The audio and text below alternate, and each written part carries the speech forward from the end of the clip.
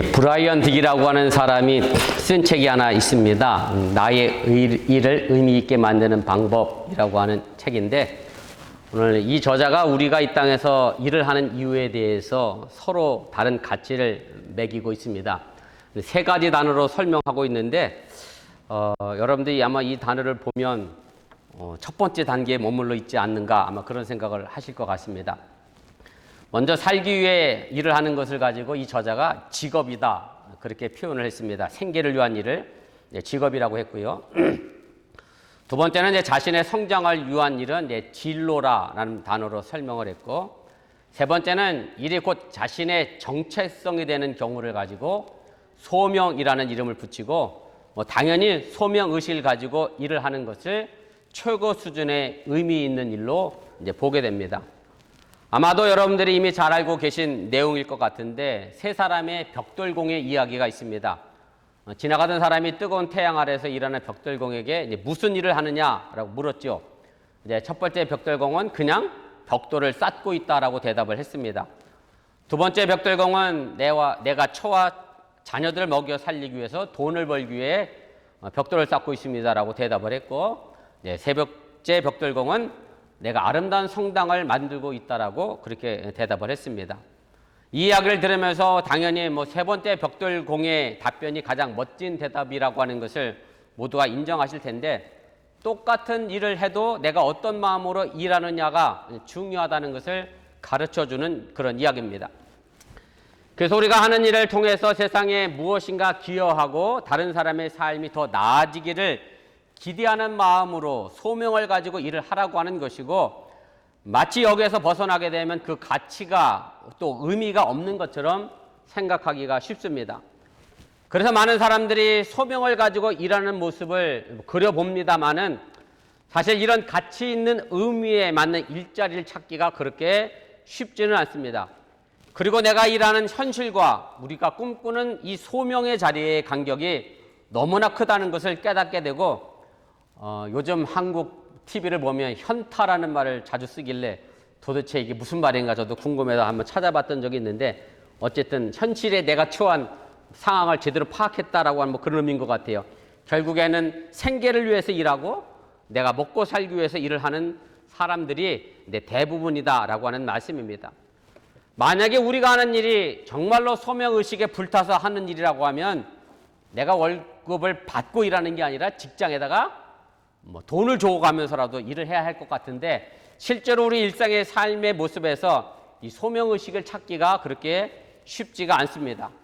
여러분들도 마찬가지겠습니다만은 매일 아침 무거운 걸음으로 일터로 향하고 있고, 일터에 가시면 매일 반복되는 일상적인 업무를 하게 될 것이고, 월급이 나오는 날에는 그래도 반짝 기분이 좋았다가 며칠 안 돼서 카드값으로 다 나가고 나면 내가 일한 것이 뭐였나 라고 허무한 생각이 드는 것이 사실 우리의 삶의 모습이라고 하는 얘기입니다. 물론 우리가 살고 있는 현실과 꿈꾸는 이상에는 분명 큰 차이가 있습니다. 만약에 이런 큰 차이가 없다고 하면 그것은 이상이 아니라 그저 현실에 불과할 수밖에 없습니다. 하나님이 우리를 부르신 까닭은 예수님이 가르쳐 주신 기도문에도 잘 나타나고 있는 것처럼, 하늘에서 이루어진 뜻이 이 땅에서 이루어지도록 우리를 불러주셨다고 하는 사실을 여러분들이 믿으시기를 바랍니다. 우리 감리교회 신앙 고백 다섯 번째는 바로 이 부르심에 대한 고백입니다. 우리 앞에 화면에 있는데 함께 읽겠습니다. 시작. 우리는 하나님의 은혜로 믿음을 통해 죄의 사함을 받아 거룩해지며 하나님의 구원의 역사에 동참하도록 부르심을 믿습니다. 이 부르심에 대한 고백은 두 가지로 나눠 생각해 볼 수가 있습니다. 첫째는 우리가 어떤 과정을 통해 부르심을 받았느냐라고 하는 부분을 제일 먼저 설명을 합니다. 이 부분에서 강조하고 있는 것은 하나님의 은혜로 믿음을 통해 죄 사함을 받았다. 이것이 초점입니다. 이 부분에 대해 가장 잘 설명해 주고 있는 성경은 바로 로마서입니다. 지금 수요 성경 공부 시간에 바로 딱 이 부분을 공부 중에 있는데, 사도 바울은 하나님의 은혜와 믿음의 관계를 가지고 아브라함의 예를 들어서 설명을 합니다. 바울이 아브라함의 예를 들어 설명한 것은 유대인들에게 있어서 아브라함은 중요한 조상이었기 때문이기도 하고 또 아브라함은 유대인들의 신앙의 삶의 기준이 되는 인물이었기 때문에 아브라함이 그랬으면 나도 그래야 한다라고 하는 기준이 있기 때문에 아브라함을 내세워서 그 예를 들어 설명을 하게 됩니다. 로마서 1장부터 3장까지의 전체적인 주제는 의인이 없고 하나도 없다. 모두가 다 죄인이다 라는 말을 합니다. 이방인은 말할 것도 없이 죄인이죠. 하나님을 모르고 살았던 사람들이 당연히 죄인이고, 그럼 유대인들, 하나님의 선택받은 민족이라고 생각했던 유대인들, 그리고 하나님으로부터 율법을 받았던 이 유대인들은 어떠했느냐? 그 유대인들도 여전히 죄인이다. 사도 바울이 아주 날카롭게 유대인들의 실상을 까발리면서 비판을 하게 됩니다. 다시 말씀드리면 유대인들은 하나님의 선택된 민족이라고 하는 우월감을 가지고 살았습니다. 그리고 우리는 저 이방 사람들과 같지 않다라고 생각을 했습니다. 뭐 중국이 그랬잖아요. 자기는 나라만 사람이고 그 외에는 전부 뭐죠? 오랑캐였잖아요. 우리도 오랑캐잖아요. 동쪽에 사는 오랑캐. 이런 개념으로 유대인들이 그렇게 생각을 했습니다. 그리고 유대인들은 그렇게 하나님께 선택받았을 뿐만 아니라 모세를 통해서 하나님의 율법도 받았습니다. 그러니 당연히 이방 사람들과 확연히 구별된다라고 생각했고, 자신들은 의인이고 하나님으로부터 구원받았다라고 하는 그 교만을 사도 바울은 지적을 하고 있다라고 하는 얘기입니다. 그리고 유대인으로서 할례를 받은 것 가지고 구원받아 아브라함의 자손이라고 생각하지 말라라고 하는, 유대인들이 들으면 정말로 충격적인 말을 사도 바울이 하고 있었다라고 하는 얘기입니다. 유대인들이 가장 중요하게 생각했던 이 할례에 대하여 분명히 말하는 것은, 할례는 육체에 받는 것이 아니라 마음에 받아야 하는 것이 진정한 의미의 할례라고 사도 바울은 이야기를 하게 됩니다. 우리 로마서 2장 28절부터 29절입니다. 우리 함께 읽겠습니다. 무릇 표면적 유대인이 유대인이 아니요 표면적 육신의 할례가 아니니라. 오직 이면적 유대인이 유대인이며 할례는 마음에 할지니 영에 있고 율법 조문에 있지 아니한 것이라. 사도 바울이 이렇게 말하는 근거는 세례요한의 말씀에서도 우리가 찾아볼 수가 있습니다. 세례요한이 와서 천국이 가까웠다, 회개하라 외치게 됩니다. 그리고 철저하게 율법을 잘 지켰던 바리새인들과 사두개인들을 향하여 이렇게 외치게 됩니다. 마태복음 3장 7절부터 9절까지입니다. 독사의 자식들아, 누가 너희를 가르쳐 임박한 진노를 피하라 하더냐? 그러므로 회개에 합당한 열매를 맺고 속으로 아브라함이 우리 조상이라고 생각하지 말라. 내가 너희에게 이르노니 하나님이 능히 이 돌들로도 아브라함의 자손이 되게 하시리라. 세례 요한뿐만 아니라 사도 바울이 말하고 싶은 것은 유대인들이 가지고 있었던 혈통적 선민의식을 거부하면서 하나님을 향해 열려있는 삶의 열매를 맺지 못하면서 내가 아브라함의 후손이라고 하는 어떤 종교적, 육체적, 혈통적 아집에 사로잡혀 있는 사람들에게 하나님의 구원을 바라볼 수 없다는 말씀을 지금 하고 있는 겁니다. 하나님이 돌들로도 아브라함이 자손이 되게 할 수 있다고 하는 이 말씀은 하나님은 유대인들에게만 매여 있는 분이 아니라고 하는 얘기고, 하나님은 모든 민족의 하나님이고 우리도 예수 그리스도를 통한 믿음을 가졌다라고 하면 그 아브라함의 자손과 후손이 능히 될 수 있다라고 하는, 그래서 하나님의 절대적인 능력을 세례 요한이 말하고 있음을 여러분들이 깨달으시길 바랍니다. 사실 이 부분에 대해서 지금 신앙생활하고 있는 우리도 자유롭지 못한 것이 사실입니다. 제가 아침에 교회를 오면서 우리 집사람이 UMC 들어가는 어떤 숙녀분이 이렇게 두꺼운 성경책을 이렇게 가슴에 안고 갔대요. 그래서 옛날 모습이 생각난다라고 그러는데, 아마 성경책 갖고 오신 분이 뭐 안 계실 거라 저는 확신합니다만은, 성경책 들고 교회 왔다 갔다 하는 것이 내가 저 사람들보다, 교회 안 오는 저 사람들보다 낫다 이렇게 생각하면 우리 또한 교만에 빠져 있는 것이고, 우리가 진정 하나님의 백성으로서 하나님을 믿고 의지하는 마음과 삶의 모습이 함께 동반되어져야 함을 여러분들이 깨달으시길 바랍니다. 다시 로마서로 돌아오면 사도 바울은 유대인들을 향하여 그 어떤 사람도 율법을 잘 지켜서 어떤 행함으로 하나님으로부터 의롭다고 인정받은 사람이 없다는 것을 이야기하게 됩니다. 로마서 3장 20절입니다. 그러므로 율법의 행위로 그의 앞에 의롭다 하심을 얻을 육체가 없나니 율법으로는 죄를 깨달음이라 이렇게 말합니다. 그래서 율법은 아무도 의롭다 인정 못하게 한다라고 하면서 심지어 아브라함조차도 율법으로 의롭다 인정받은 것이 아니다. 이 이야기를 로마서 4장에서 사도 바울이 예를 들어 설명을 하게 됩니다. 여러분들이 아시는 것처럼 창세기에 보면 아브라함은 위대한 신앙의 모습을 가지고 등장합니다. 그래서 바울 당시 유대계 전통에 의하면 아브라함이 의롭게 된 것은 아브라함이 하나님의 율법과 계명을 잘 지켰고 또 아브라함이 통과한 엄청난 테스트가 하나 있었잖아요. 시험. 하나밖에 없는 아들 이삭을 모리아 산의 제물로 바치라고 하는 그 시험을 통과했기 때문에 그래서 그 공로 때문에 하나님이 아브라함을 의롭다 인정해 주었다라고 생각을 했습니다. 만약에 이렇게 유대인들이 믿음처럼 아브라함의 행위로 의롭게 되었다라고 하면 사람들 앞에서 충분히 자랑거리가 됩니다. 왜냐하면 그건 누구나 할 수 있는 일이 아니기 때문에 그렇습니다. 누구나 하지 못하는 일을 아브라함이 했기 때문에 아브라함은 그것이 자랑거리가 되게 되는데 그러나 하나님은 사람들이 하나님 앞에 결코 자랑할 것이 아무것도 없다라고 분명하게 말씀하고 있음을 여러분들이 깨달으시길 바랍니다. 왜냐하면 아브라함조차도 할례를 받고 이삭을 바침으로 해서 의롭다고 인정받은 것이 아니기 때문에 그렇습니다. 실제로 창세기에 등장하는 아브라함의 이야기를 보면 아브라함이 하나님께 의롭다고 인정받고 난 다음에 약 29년 뒤에 아브라함이 할례를 받게 됩니다. 아브라함이 할례를 받은 나이가 99세인데 창세기 17장 24절에 이렇게 표현합니다. 아브라함이 그의 포피를 벤 때는 99세였고 그래서 아브라함이 할례를 99세에 받았습니다. 그럼 아브라함은 언제 하나님으로부터 의롭다 인정을 받았느냐? 2장 앞으로 가면 창세기 15장 6절입니다.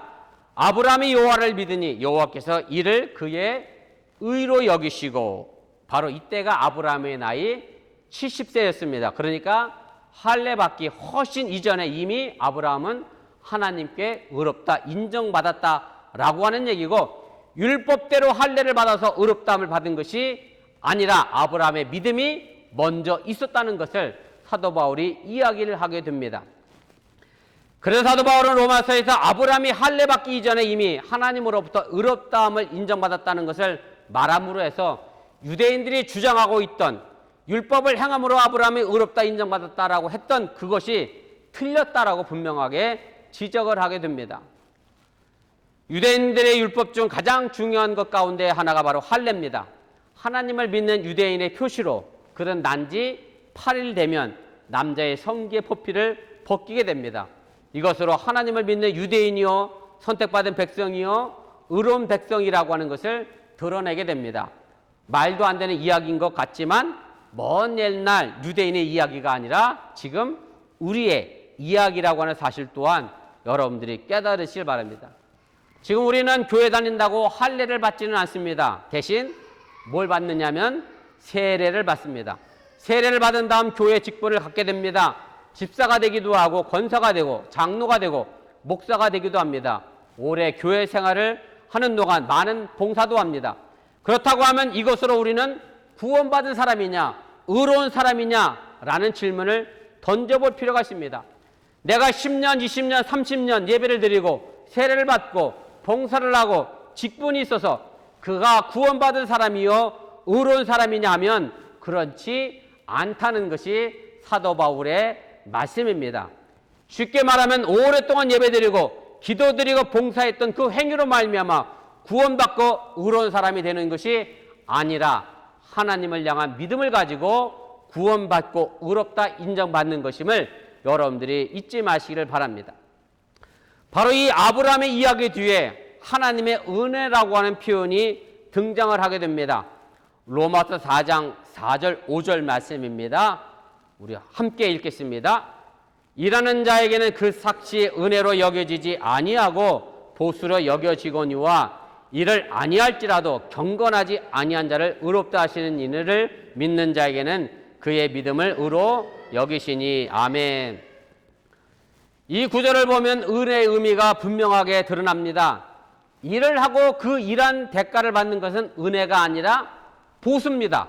여러분이 직장에 나가서 일하시고 그 일한 대가를 받는 건 은혜가 아니라 보수입니다. 내가 일한 정당한 대가를 받는 겁니다. 그런데 내가 한 달 동안 아파서 일을 안 갔어요. 그런데 회사가 월급을 그냥 다 줬어요. 그러면 이건 은혜입니다. 왜냐하면 내가 하지 않았는데 받았기 때문에 은혜입니다.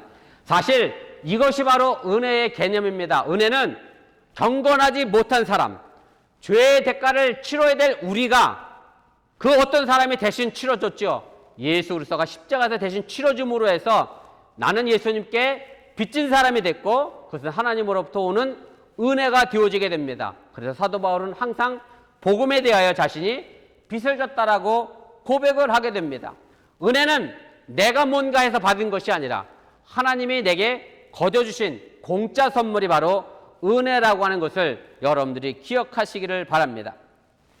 그래서 아브라함이 뭔가 해서 율법을 잘 지키고 의로운 행동을 해서 의인으로 인정받은 것이 아니라 전적으로 하나님을 믿음으로 말미암아 하나님이 주신 은혜의 선물로 의인이라 구원받았다 인정함을 여러분들이 깨달으시길 바랍니다. 그러면 이 시점에서 아브라함이 왜 할례를 받았을까?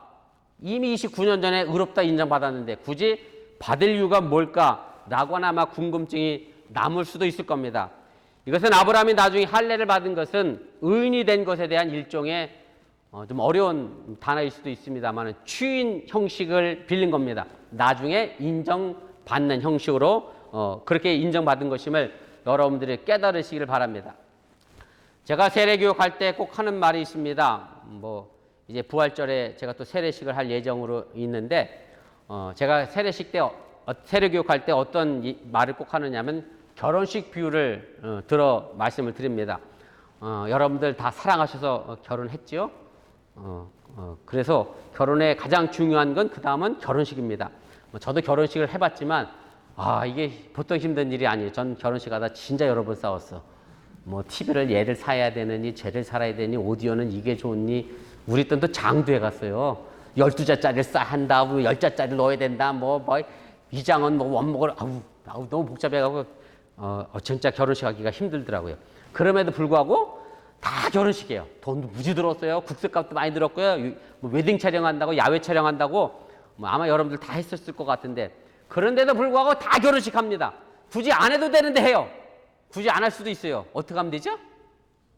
그냥 신고하면 되잖아. 우리 둘이 결혼했습니다. 혼인신고하고 그냥 살면 되는데 굳이 결혼식 합니다. 왜 하냐면 내가 많은 사람들 앞에서 우리가 부부가 됐으니 우리 잘 산 거 지켜봐 달라고. 또 교회에서 하나님 앞에 결혼식 하는 사람들은 하나님 앞에 서약함으로 이 부부의 관계를 잘 지키겠다. 그렇게 서약을 합니다.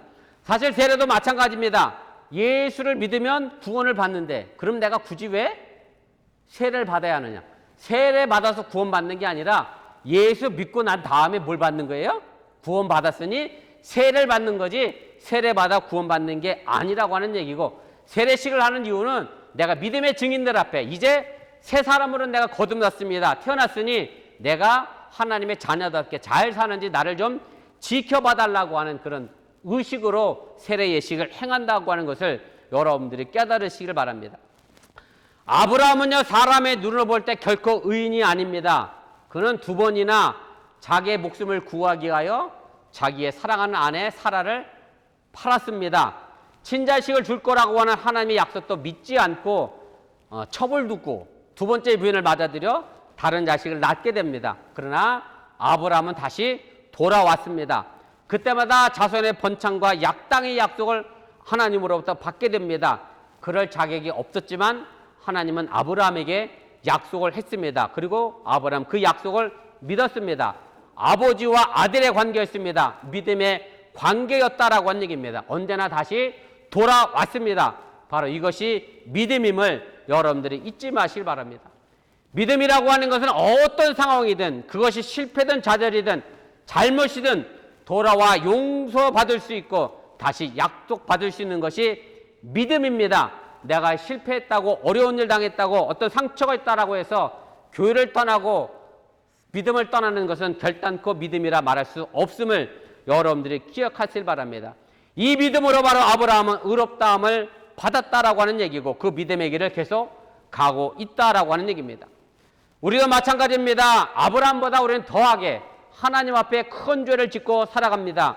그럼에도 불구하고 다시 돌아와야 합니다. 이것이 바로 믿음이고 이 믿음을 가지고 하나님께 돌아오는 사람들에게 하나님이 여전히 은혜를 베풀어 주시고 풍성해 주시고 다시 약속을 해 주시고 우리를 이끌어가고 계심을 여러분들이 믿으시기를 바랍니다. 두 번째로 하나님의 은혜를 받은 이유는 하나님의 구원 역사에 동참하도록 우리를 부르셨다라고 하는 얘기입니다.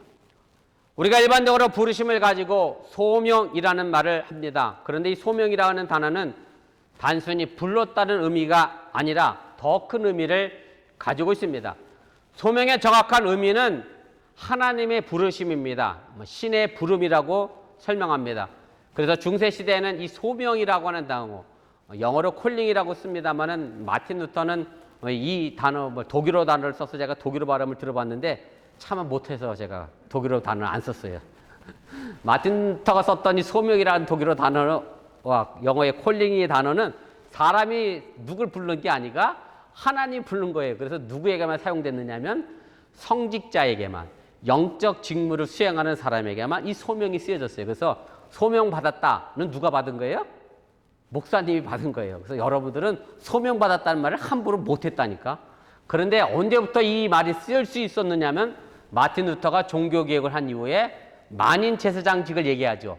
하나님 앞에 모든 사람이 평등하고 목사뿐만 아니라 성직자뿐만 아니라 여러분들도 하나님과 직접 교통할 수 있다. 그러면서 그 소명의 의미를 확대합니다. 어디로 확대하느냐면 세속적인 직업으로 확대를 시켜 나갔습니다. 그래서 마틴 루터가 이 직업이 하나님이 주신 직무를 잘 수행하려고 하는 그런 일자리로 우리에게 주신 하나님이 내게 맡겨주신 일종의 포지션, 그 위치로서의 의미를 우리에게 부여했고 그래서 이 직업이 단순히 자신의 생계를 위한 것이 뿐만 아니라 이웃을 먹여 살리는 목적이 있다라고 하면 이 직업은 소명받은 직업, 성직으로서의 직업이다라고 마틴 루터는 이야기를 하게 됩니다. 그렇다고 하면 모든 세속적인 직업이 그럼 성직이 될 수 있느냐라고 하는 문제가 생기게 됩니다. 루터는 그렇지 않다라고 얘기합니다. 어떤 직업은 성직이 될 수 있고 어떤 직업은 성직이 될 수 없다라고 이야기를 하게 되는데 그 전제 조건은 뭐냐면 내 자신의 일이 이웃을 하나님을 섬기는데 도움이 되거나 유익을 줄 때 바로 그것을 가지고 성직이라는 개념으로 소명이라는 단어로 사용을 했습니다. 그래서 현대사회에서 너무나 다양한 직업이 있는 상황에서 기독교인이 가지고 있는 직업이 어떤 것은 성직이고 어떤 것은 성직이 아닐 수도 있게 됐다라고 하는 상황이고 그래서 단순하게 직업만 가지고 내가 가지고 있는 직업에 소명의식을 가지고 내가 성직으로 일을 해야지 라는 개념으로 생각하면 너무 좁은 의미의 생각이 될 수밖에 없다라고 하는 얘기입니다. 그렇게 되면 직업이 없는 가정주부는 하나님께 부름을 못 받은 사람이 될 수도 있어요. 그래서 그 직업의 의미의 개념을 우리가 좀 더 폭넓게 생각을 해야 합니다. 그래서 감리교회가 고백하고 있는 부르심은 단순히 직업을 넘어서는 개념이고 우리가 함께 읽은 이 다섯 번째 고백은 하나님의 구원 역사에 동참하도록 부르심을 입었다는 것이고 보다 폭넓은 개념을 가지고 있음을 여러분들이 깨달으시길 바랍니다. 오늘 우리가 함께 읽은 본문의 부르심이 바로 감리교회의 신앙 고백의 부르심의 근간이 됩니다. 오늘 본문 24절 말씀인데 이렇게 되어 있습니다. 형제들아 너희는 각각 부르심을 받은 그대로 하나님과 함께 거하라. 누구에게 한 말이냐면 사도 바울이 종들에게 한 말입니다. 종들에게. 자유롭게 살아가는 사람이 아니라 남의 집에 종살이하는 사람들에게 이렇게 한 얘기. 종도 예수 믿을 수 있잖아요. 예수 믿은 그 종들에게 뭐라고 얘기했느냐면 네가 종으로 부름 받았으면 그 자리에서 하나님과 함께 부르심을 입은 대로 살라고 하는 얘기입니다. 종은 하나님께 부름받지 못한다라는 개념이 아니다라고 하는 얘기입니다. 그래서 하나님의 자녀로 불러주신 그 자리는 내가 어떤 자리에 있든지 간에 어떤 직업을 가지고 있든지 간에 어떤 사회적 환경을 갖고 있든지 간에 나이가 많든지 적든지 간에 다 상관없이 하나님께 부름받은 삶의 위치고 자리라고 하는 것을 여러분들이 깨달으시길 바랍니다. 저희가 부활절 때 이제 성찬 예식을 하겠습니다만은 우리 교회는 열려 있는 성찬, 뭐 개방 성찬, 영어로 얘기하면 오픈 성찬 이렇게 얘기합니다. 왜 오픈됐다라고 하냐면 어린아이들에게 주기 때문에 개방 성찬이라고 표현하는데 예전에는 어린아이들이 주지 않았습니다. 뭐 어떤 때 7살 밑에는 안 된다. 뭐 어떤 때 14살 밑에는 안 된다. 이런 식으로 나눠놨어요. 그럼 14살 밑에 7살 아래는 하나님께 부름받을 수 없는 존재냐? 이런 문제가 생깁니다. 그래서 우리 교회는 열려져 있는 개방 성찬을 하는데 하나님은 어떤 위치든지 간에 어떤 상관없이 간에 다 우리를 불러주셔서 이끌어내셨다라고 하는 사실을 여러분들이 잊지 마시길 바랍니다. 그래서 우리 모두는 하나님이 이 세상을 구원하시는데 함께 일할 동역자라고 하는 사실을 여러분들이 깨달으시기를 바랍니다. 여러분들은 뭐 그런 경험이 없겠습니다만은 제가 광림교회에서 부모 고르실 때 제가 담당하던 권사님 한 분이 논현동에서 아주 큰 사업을 하셨어요. 머리는 항상 스포츠용으로 깎고 교회 앞에 기도처럼 서 계시는 권사님 한 분 계신데 무슨 일을 하셨었냐면 논현동에서 나이트클럽을 운영하셨어요. 그래서 그분의 걸림돌은 그 나이트클럽이야. 그래서 권사에서 계속 머물러 있어. 교회에서 담임 목사나 저도 그렇고 그거 그만두시고 직업 바꾸라고. 근데 그분한테 축복할 수 있는 기도를 하기가 어려워. 사업이 잘 되게 해주세요 이럴 수도 없고 참 어렵습니다. 그래서 제가 그분한테 직업을 바꾸라고 여러 번 눈이 얘기했는데 지금 바꾸셨는지 어떤지 모르겠어. 아무튼 참 직업이라는 게 그렇고 그런 문제도 있고 제가 하와이에서 목회할 때는 잊어먹지도 않네 아직도. 그린 오니온이라고 양파예요 양파. 뭐하든지 같아 느낌이. 그린 오니온, 로즈 뭐 이런 거. 네? 네, 주점이에요 주점. 또 집사님들이 다 하셨어. 근데 목사가 집사님이 하는 사업장에 신방을 안 갈 수도 없고 가기도 또 그렇고 그렇잖아요, 그죠? 고민스럽죠. 근데 가서 제가 신방하고 그랬더니 거기 있던 하와이 사람들이 깜짝 놀래. 목사가 술집에 들어갔다고. 뭐 나이트클럽도 갔다 왔는데 뭐 거길 못 들어가겠어. 제가 간 이유는 그분들도 하나님의 부름받은 사람이고 이렇게 보고 나니까 그런 것 같아요. 그래도 그런 직종에 계시면서도 교회 나와서 하나님 앞에 예배 드리는 그 믿음이 너무 귀하고 고맙더라고요. 어쨌든 믿음을 가지려고 하는 그 마음 자체가 너무 고맙고 감사했던 적이 있습니다. 그래서 여러분들 어느 곳에 있든지 간에 정말로 물론 오늘 이 사도 바울이 종에게 뭐라고 얘기했느냐면 종의 자리로 부름받은 대로 있지만 그러면 할 수 있는 대로 자유할 수 있으면 자유하라 그랬거든요. 그래서 물론 우리가 그런 직업을 뭐 목사가 축복해서 잘 되기를 위하여 기도하는 건 아니지만 할 수 있으면 벗어날 수 있지만 벗어나지 못할 수도 있잖아요. 그런 환경에서. 그런 환경이라 할지라도 하나님이 나를 부르셨다라고 하는 그 부르심에 대해서는 변함이 없음을 여러분들이 꼭 잊지 마시기를 바랍니다. 내가 하던 일을 그만두고 신학교 가서 목사가 되라고 하는 말이 아니라 여러분들이 있는 그 자리, 그 형편, 그곳에서 하나님이 불러주셔서 하나님의 구원 역사에 동참하게 하셨다고 하는 사실을 여러분들이 잊지 마시기를 바라고 하나님의 구원 역사에 함께하는 우리 어본교회 그리고 여러분들이 되어져서 정말 우리 어본교회가 이 땅에 하나님의 영역을 넓혀갈 수 있기를 주님의 이름으로 간절히 축원을 드립니다. 우리 기도하겠습니다.